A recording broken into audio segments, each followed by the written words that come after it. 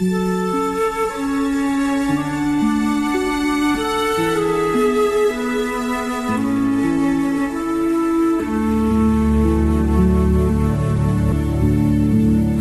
өөрөө хязгааргүй давлгаа.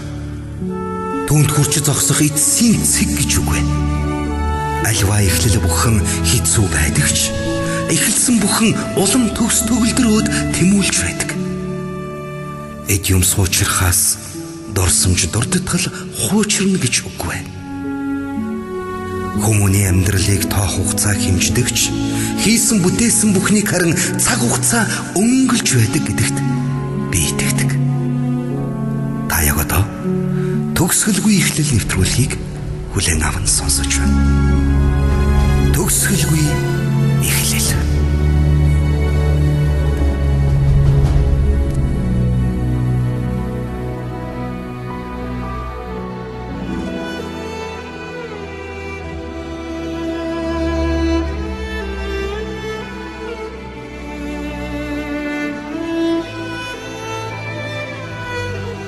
Сайн байцгаана уу эрхэм хүндэт сонсогчдоо.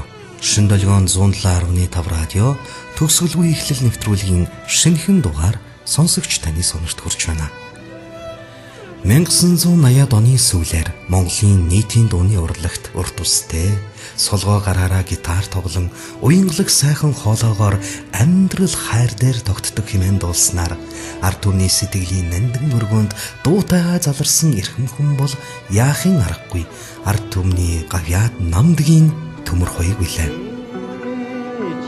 Сайлган цагаан сэтгэл энхри уяхан үвэндо эрдэмийн харгүй дөргсөн цацаар эмзэгхэн хайрыг мэдэрсэн зүрэг андирал хайр дээр тогтдог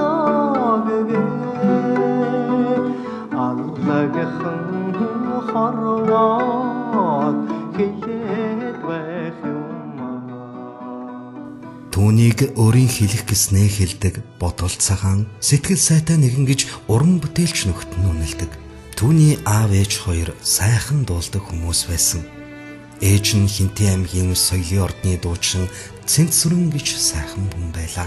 Харин түүний аав намдаг нь тээврийн жолооч холын замд уртын дуу хангентал дуулаад явдаг эрхэм байжээ.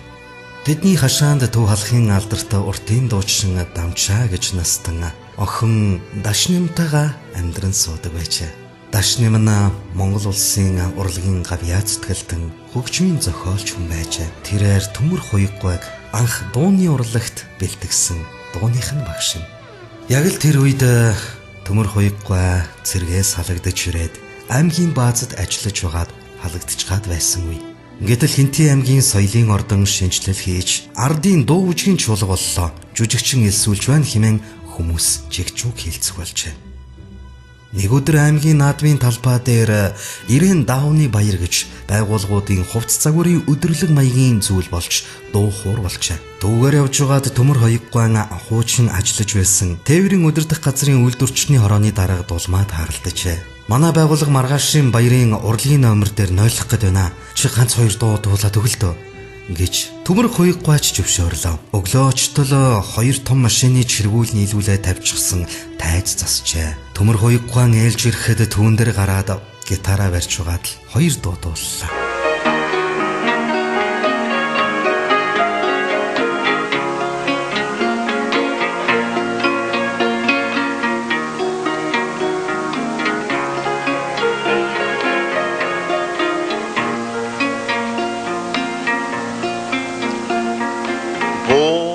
Жамортохоо уралааны инээж явдгийн учрыг хэллийдээ дуулж суухадаа уянтай жими байдгийг ухааныг олъё ухаарч амьдрах хорвоогээ үр чамдаа хэлээд байгаа юм шүү дээ хол хүндтэй бүсгүй өмнөө хөндлөн гардаггүй үеийг асуудаа настай хүмний тохойг өргөөд мэндэлэн золгодгийг учрыг мэддээ ухаарч амьдрах хорвоогээ үр чамдаа хэлээд байгаа юм шүү дээ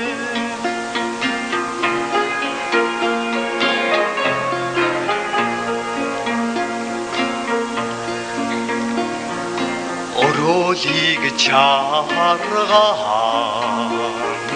дуулж явахаар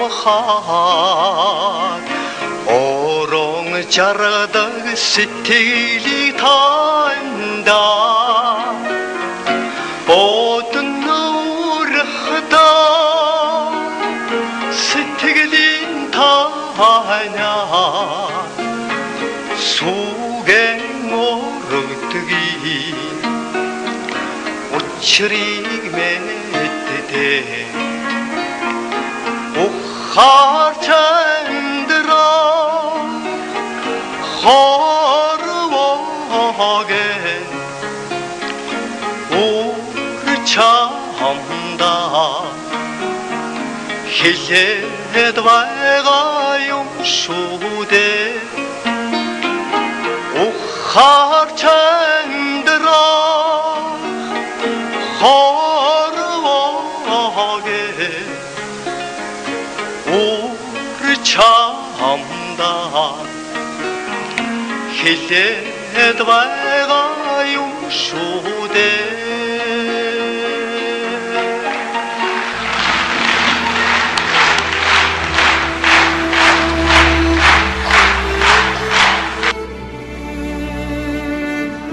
Наадмын талбайд цагаан хоолоо аймгийн төвөөр нэг хангинаж хүмүүсч их сайхан хүлээж авчээ. Сүүлд сонсох нэ тэр дунд урлагийн гавьяа зүтгэлтэн дашнын багш нь хараа зогсож байсан гэдэг.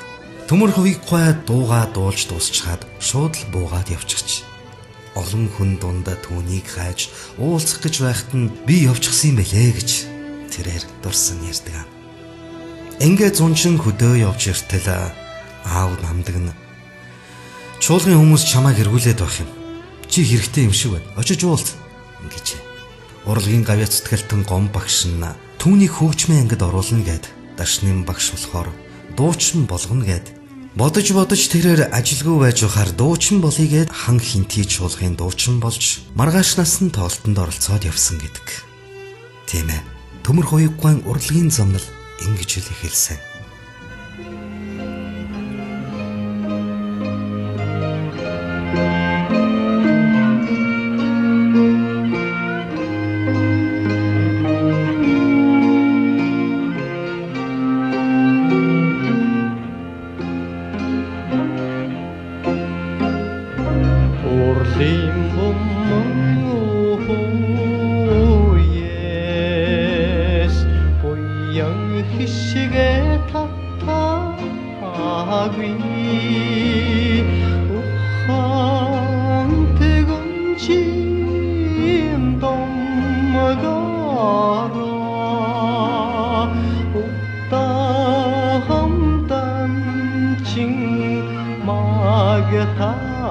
Sang samman negele uyan gate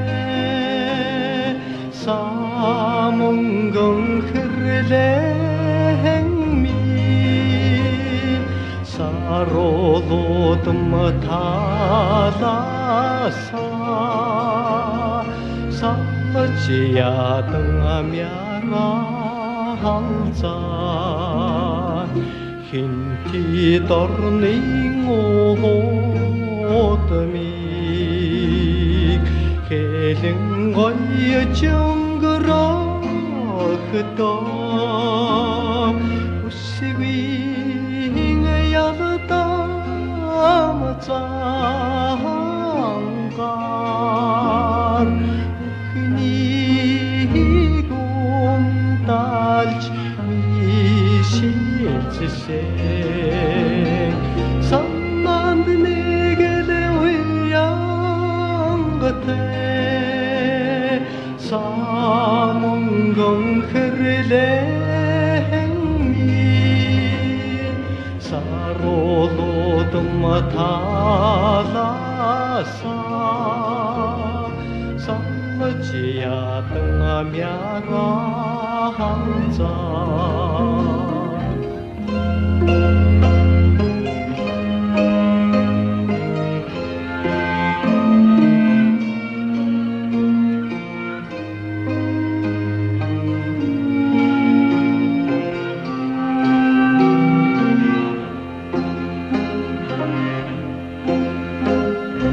сайхан Монгол хоорондоо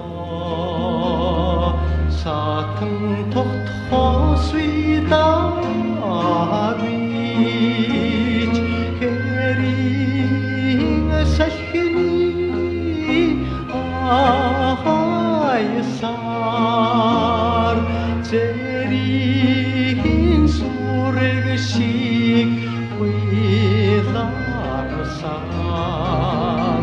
санаанд нэгэлэ уянгатэ самунгон хэрлэхэнми саруулуудам талаасаа салж ядан амяга халзаа санаанд нэгэлэ уянгатэ самунгон хэрлэхэнми саруулуудам талаасаа салж ядан амяга халзаа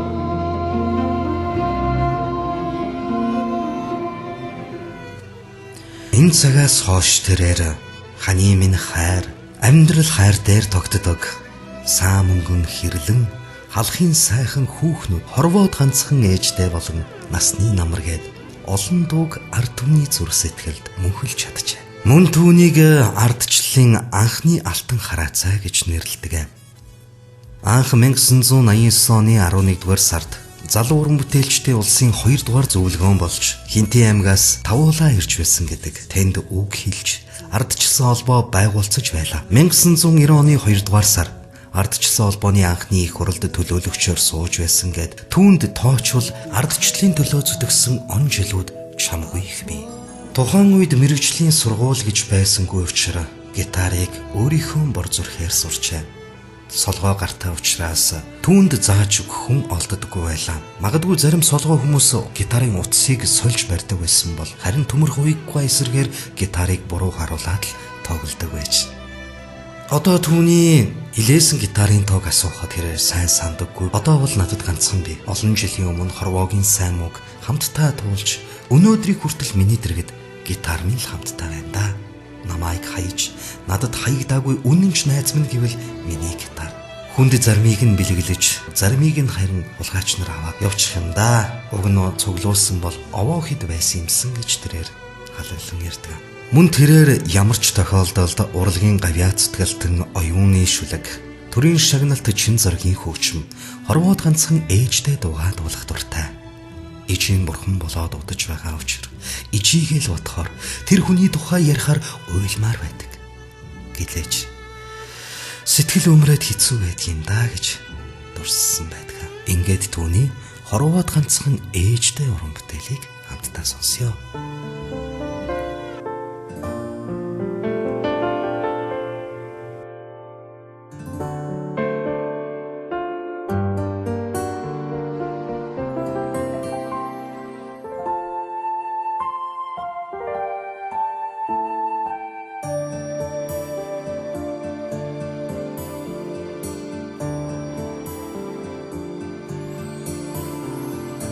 나라면 나답지 харламгүй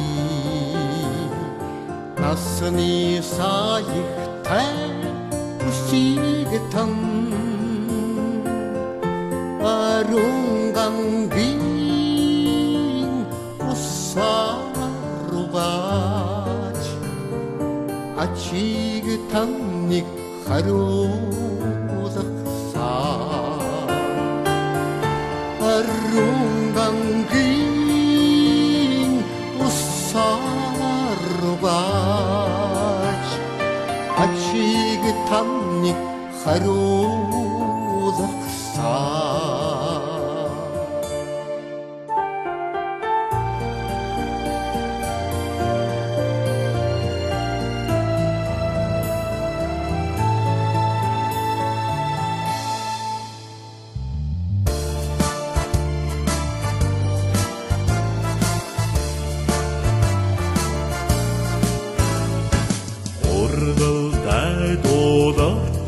Талимэггүй цагийн сүдэртэй магнагитан мянган шон халаараа дулаацууч сэтгэлийг таныг баярлуулахсаа мянган шон халаараа дулаацууч сэтгэлийг таныг баярлуулахсаа